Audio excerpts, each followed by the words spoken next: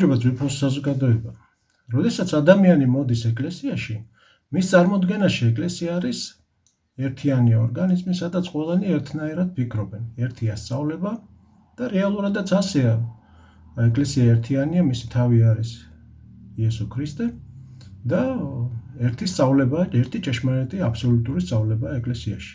თუმცა რეალობა სხვაგვარია, როდესაც ის მოდის ეკლესიაში, ის ხედავს, რომ ადამიანებს ეკლესიაში, მათ შორის სასულიერო პირებს, ბევრს აქვს განსხვავებული აზრი, თან მნიშვნელოვან საკითხებზე, ცხონების საკითხებზე, ზოგს ეს რბილად ესმის, ზოგს უფრო მკაცრად, ზოგი ყველას აცხონებს, ზოგი ნაწილობრივ აცხონებს, ზოგს როგორი დამოკიდებულება აქვს, ზოგს უფრო მკაცრი დამოკიდებულება აქვს და ასეთი განსხვავებებით არის უამრავი ადამიანი ეკლესიაში, როგორც სასულიერო პირი, ასევე ერისკაცი.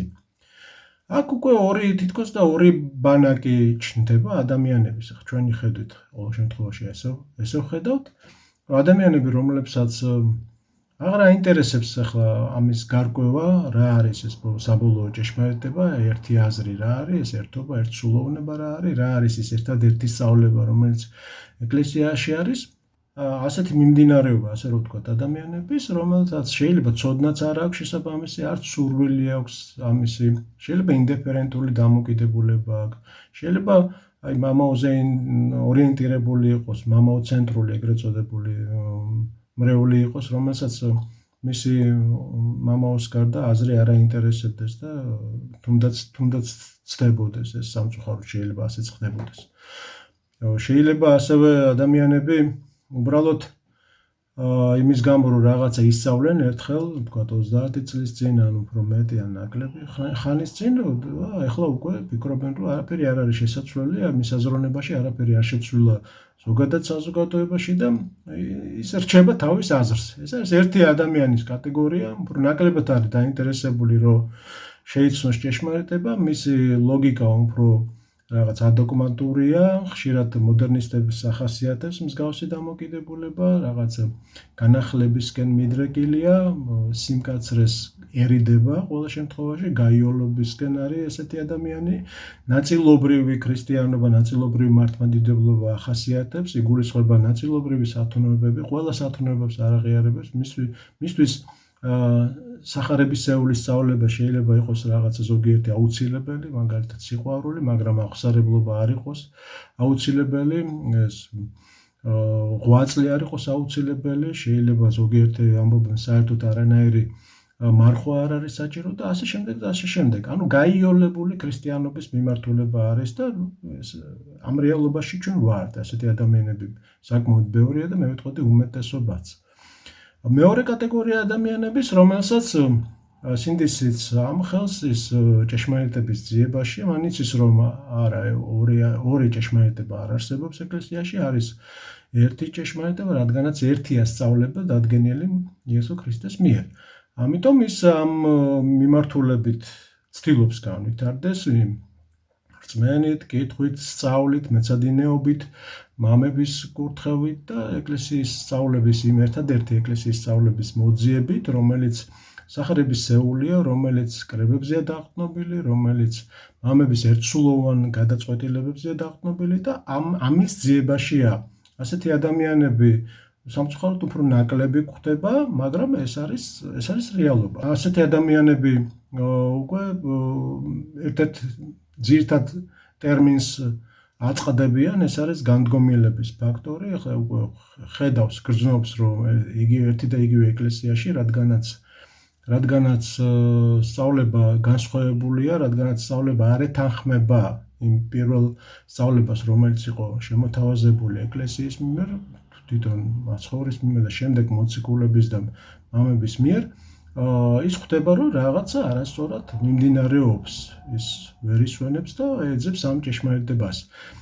როგორც უკვე ვთქვი, ასეთი ადამიანების პოზიცია უფრო მიუღებელია დიდწილად საზოგადოებაში, პრაქტიკა ამას აჩვენებს და მით უფრო რომ ასეთი ადამიანები აღიარებენ სრულ ჭეშმარიტებას, სრულ სახარებისეულ სწავლებას და არ ყოფენ მას რაღაც გარკვეულ სათნოებებად, მარტო სიყვარულია მთავარი და მარტო მოთმინებაა მთავარი მაგალითად და რაღაც მთავარი ერთობა იყოს და ესეთი რაღაცა ბრტყელი სიტყვებით არ არის შემოფარგლული. არამედ ჭეშმარიტებას პირველ ყოვლისა აყენებს პირველ ადგილზე, რომელიც ასევე არის სიყვარული, ასევე არის დამტაბლობა, ასევე ნიშნავს მებრძოლ ეკლესიას, ასევე ნიშნავს ჯვარცმულ ეკლესიას, ასევე ნიშნავს ღვაწლს და ამაში შედის ისე როგორც ასწავლიდა ეკლესია მუდამ ჟამ.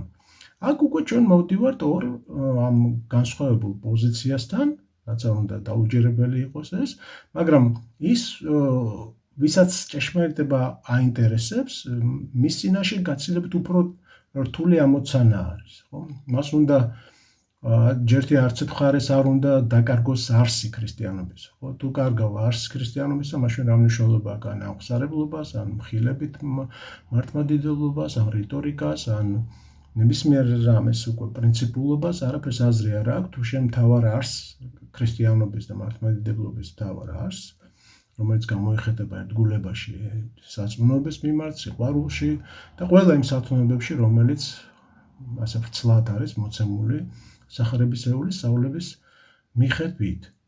ამრიგად, ესეთი ადამიანი აწყდება პრობლემას, როგორც უკვე აღვნიშნეთ, ეს პრობლემა რაში გამოიხატება? ეს ადამიანი ხდება ამ დილემის ქვეშ, როგორ მოიქცეს, რა პოზიცია შეინარჩუნოს. ხდება, რომ განდგომილება დადგა, ხო, კითხულობთ, წმინდა მამები ამბობენ, რომ ეს განდგომილება ღვთისგან არის დაშვებული, ეს განდგომილება ეკლესიაში არის, ანუ განდგომილება ქრისტეს სწავლებისაგან, ეს არის განდგომილება ფაქტობრივად და ზოგიერთი მოდერნისტი და ეს ზუსტად ის მეორე მხარე თვლის, რომ განდგომილება არ არსებობს ეკლესიაში და არამედ ის უკვე განდგომილები უკვე არიან და ისინი არ არიან ეკლესიაში. აქ ჩვენ ამ აზრს არ ვიზიარებთ.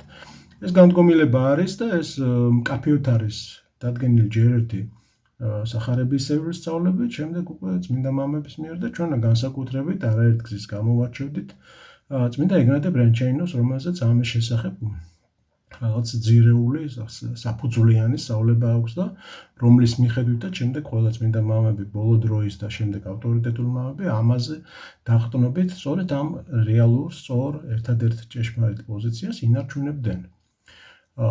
ამრიგად ჩვენც გვინდა ეს ამ სიხარულში ყოფნა, რასაც მართლმადიდებლური სიხარული ქვია. ჩვენც გვინდა ერთობაში ყოფნა, ჩვენ გვინდა რომ იყოს ერთსულოვნება, ჩვენ გვინდა რომ ყველა ცხონდეს. კი ბატონო, ესეც გვინდა. ანუ სრული არსი, რაც არის სიკეთე მართლმადიდებლობისა, ეს ყველაფერი გინდა, მაგრამ ამის მიუხედავად შენ წინააღმდეგობაში ხარ, რადგანაც იმ ადამიანს უკვე მეორე მხარეს უკვე აქვს მიღებული სხვა პოზიცია. ეს პოზიცია არ ეთახმება შენ პოზიციას, ის უფრო თბილია, მაგრამ მისთვის შესაძლოა, მან ეს მიიღო, ეს გაითავისა და ასეთი ცხოვრებით ცხოვრობს უკვე წლების განმავლობაში. არამისთვის ცხოვრობს, სხვებსაც ასწავლის და რაოდენობა, როგორც ვთქვით, ამ ადამიანების არის გაცილებით მეტი. ამრიგად ეს დილემა ჩნდება. შენ ფიქრობ, რომ დიახ, მე არ ვეთანხმები, რადგანაც მათი მოსაზრება არ ეთანხმება ქრისტეს სწავლებას, ეკლესიურ სწავლებას, მაგრამ მე მიყვარს ადამიანები, მე მინდა თბილად ვიყო, მე მინდა გაგებით ვიყო, მაგრამ ამავე დროს ის ადამიანები არ ღებულობს და იწყება იქ შუღლი, დაპირისპირება, რაღაც დევნის ელემენტები, ანუ თანამედროვე ტიპის დევნის ელემენტებს ვეძახით ჩვენ ამას, ეს შეიძლება იყოს იგნორი, შეიძლება იყოს ჭორების გავრცელება, შეიძლება იყოს რაღაცა უსამართლოს საუბრები, დაბრალება მათ შორის, ცილისწამებაც შეიძლება იყოს და ეს გვხვდება ჩვენ ყველა ეს ელემენტი დღეს ეკლესიაში და ამის ატანა გიწევს ადამიანს და ეს ბუნებრივიც არის, უფრო სწორად ნორმა ერთგვარი ქრისტიანული, იმიტომ რომ მაცხოვრის სიტყვისაებრ უკვე თუ მე მდევნეს, თქვენცა გდევნეს. ხოთაშორის, როდესაც ამას ვსაუბრობ, ჩვენ ეს დევნის საკითხი, რომ მეორე მხარე, უფრო მოდერნისტული მხარე, ნაკლებად თვლის, რომ ეს ელემენტები დღეს არსებობს, რაღაც დევნის ელემენტები, ძალიან იშვიათად თუ ვინმე რამეს აღიარებს, საერთოდ როგორც ქრისტიანობის განგენა, ეს თვლიან, რომ პირიქით აყვავების პერიოდია, სარწმუნოებრივი მხრივ, პირიქით მრავლდება ქრისტიანობა, მისი ხარისხი იზრდება, ის უმჯობესდება და ასე შემდეგ და ასე შემდეგ და ყველა ცხონების გზაზე დგას. ეს აზრი არსებობს იმის საპირისპირო, რომელიც ჩვენ უკვე ვთქვით, რომ განდგომილება არის და ღმერთმა დაუშვა და Plus ამას მამები გვეუბნებიან, რომ შეეცდები შეაჩერო ის შენი უძლური ხელით. ანუ შენ ფაქტობრივად უძლური ხარ და ამას აღიარებ. ეს არის სახარებისეული სწავლება და აქვე თანმიმდევრობაზე არის ორიენტირი. დიახ, აქაც კიდევ ერთი ელემენტი ემატება ის, რომ შენ თვლი, რომ უძლური ხარ, იმიტომ ცოდვილი ხარ, სინანულის განცდა გაქვს, სხვანაირად არ არის. ეს არსი ჭეშმარიტი მართლმადიდებლობის, რომელიც შენ არ გინდა დაკარგო, სხვანაირად არ გამოდის. ანუ ერთი მხრივ შენ ცდილობ იმ პრინციპით იცხოვრო, რასაც ქვია სახარების სწავლება, თქვათ ერთ-ერთი მათგანი, რომელიც მაცხოვარმა თავად თქვა, ვინც მაღიაროს მე წინაშე კაცს და მეცა ვაღიარო იგი წინაშე მამისა, ჩემისა, ზეცათა ისა. ანუ შენ ფაქტობრივად ვალდებული ხარ აღიარო, როგორც სარწმუნოების შენი სარწმუნოების აღმსარებელი ადამიანი ვალდებული ხარ აღიარო და ეს არის საქმე ქრისტიანული. თუმცა ფაქტობრივად ამით მთავრდება შენი აღსარებული ღვაწლი, იმიტომ რომ შენ არც თვლი პირველ რიგში აი ესე უნდა მიუდგეთ ამას, მართლმადიდებელი ამას არც თვლის ღვაწლად, იმიტომ რომ ჩვენ რასაც ვაკეთებთ ყველაფერი მონანი უკმარნი ვართ, ანუ მაცხოვრის სიტყვის არ და წმინდანები როგორც გვასწავლიან, ეს არის ნულის შეფაზების ტოლფასი. ანუ შენ არაფრად არ აფასებ, არ მიიჩნევ თავს ღირსად ამ სიწმინდისა და ამ ყისებს. თუმცა ამ პოზიციაზე რჩები თავმდაბლურად, რჩები, რადგანაც შენ სხვა გზა არ გაქვს. სხვა გზა არ არის, იმიტომ რომ შენ უფლება არ გაქვს სხვანაირად იფიქრო, სხვანაირად იასრულო. ნაცვლად იმ პოზიციისა, რომელიც არის საპირისპირო, ისინი რაღაც ფანტაზიურ სამყაროში უფრო არიან, თითქოს ადამიანები ელოდებიან, როდეს დადგება ისეთი დრო მათ ცხოვრებაში, სადაც პირობითი პილატე ან დიოკლეტიანის წინაშე წარდგებიან და იქ აღსარებლები იქნებიან სარწმუნოების. დღეს ეს ასე არ ხდება.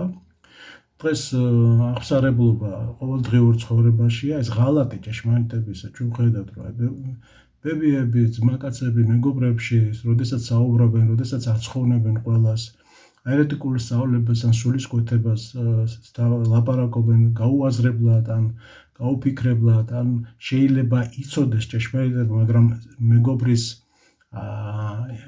ხათრით რო არაწყენინოს მას ღალატობს ასევე ჭეშმარიტებას. ესეთი რაღაცები, ესეთ საუბარში ხდება. დღეს არ არის დევნის ის ეპოქა, რომელიც ძველად იყო. ესეთი რამე არ ხდება. დღეს სხვანაირად ხდება, მაგრამ ამასაც უნდა დანახვა. ამას ვერ ხედავს ასე ვთქვათ მოდერნისტული სულისკვეთების, ესე ვთქვათ ადამიანი. ის ამას მნიშვნელობას არ ანიჭებს, ამ განდგომილების ელემენტებს ნორმად მიიჩნევს, ხო? როდესაც მართლმადიდებელი აყენებს პოზიციას ისე რომ მიჯნავს ადამიანს ცოდვისაგან, ჩვენ ვამბობთ რომ აი ადამიანი ცალკე ცოდვა ცალკეა და ადამიანი გიყვარს, მაგრამ ცოდვა არ გიყვარს და არ ღებულობს. ისინი ესე ბოლომდე არ ფიქრობენ, ისინი თვლიან რომ უნდა მიიღო ეს ადამიანი, თუნდაც იყოს თავისი ცოდვებიანი, იმიტომ რომ ის უკვე ცხონდა, ის უკვე გადარჩენილია და ასე შემდეგ და ასე შემდეგ. ანუ ჩვენ ახლა სიღრმისეულად არ შევდივართ დოგმატურ განსაზღვრებებში. უბრალოდ პრინციპს ვაყალიბებთ ამ პოზიციას, ამ ლოგიკურ განვითარებას და საბოლოოდ სად მიდის ეს ყველაფერი, ეს ლოგიკა. ეს ლოგიკა მიდის იქეთ, რომ ერთი მხრივ ადამიანი, რომელსაც უყვარს ჭეშმარიტება, ადასტურებს ამ ჭეშმარიტებას, არაფერს არ აკეთებს ცუდს, ისე როგორც ნებისმიერი პატიოსანი წესიერი ქრისტიანი, ასე მიმდევარი ქრისტეს სწავლებისა, რადგან თავად მაგალითი იყო უცდომელობისა, პირველ ყოვლისა მაცხოვარი ჩვენი განკაცებული ღმერთი, შენ როგორც ცოდვილი ადამიანი ცდილობ იყო მისი მიმბაძველი, ქრისტიანი ცდილობს მიიღოს მისი მიმბაძველი მაქსიმალურად რამდენადაც ეს შეუძლია, დაცემების ხარჯზე, შემდეგ ადგომის ხარჯზე, ბრძოლის ხარჯზე, ღვაწლის ხარჯზე და ასე შემდეგ და ასე შემდეგ. მეორე მხარე ამას ესე არ უყურებს, ესე მკაცად ის უფრო ადოგმატურია, ის უფრო თავისუფალია თავის განსაზღვრებებში, მაგრამ ეს უთანხმოება რჩება. მაშინ რა უნდა გავაკეთოთ? ანუ რა ხდება? ეს ადამიანები, რომლებიც უფრო უმცირესობაშია,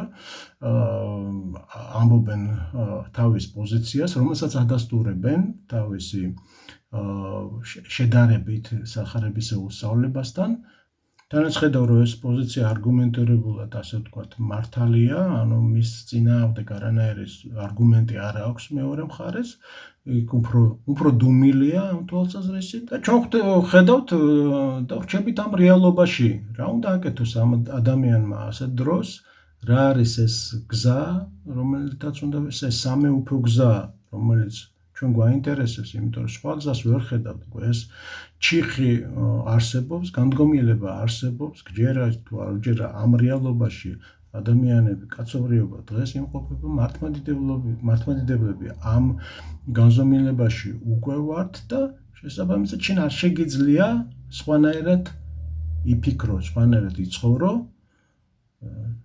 დათმობის უფლება არ გაქვს, რადგანაც ესე არის სწავლება და შენ არ თმობ.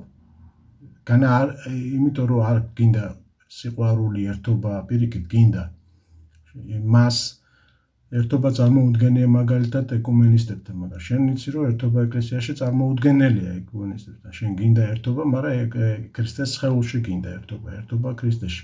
სხვა ერთობა არ გინდა, იმიტომ რომ არ შეიძლება ეს და არც არის რეალური ეს ერთობა. ამრიგად ჩვენ ამ კატასტროფის, ასე რომ ვთქვათ, უბრალოდ ამ ბრძოლის, ისტორიული ბრძოლის წინაშე ვართ დღესაც, ისე როგორც იყო ადრე.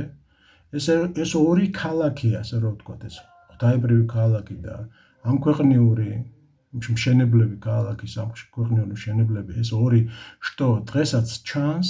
ეს შტო მოდერნიზმის და მართლმადიდებლების სახით ერთ-ერთი მიმართულება არის აუცილებლად არსებობს დღეს და ამათ შორის გამიჯვნა ფაქტობრივად არის იმ ჭეშმარიტების გზაზე ყოფნის აუცილებლობა. სხვანაირად არ გამოდის, სხვანაირად უბრალოდ არ შეიძლება იყოს.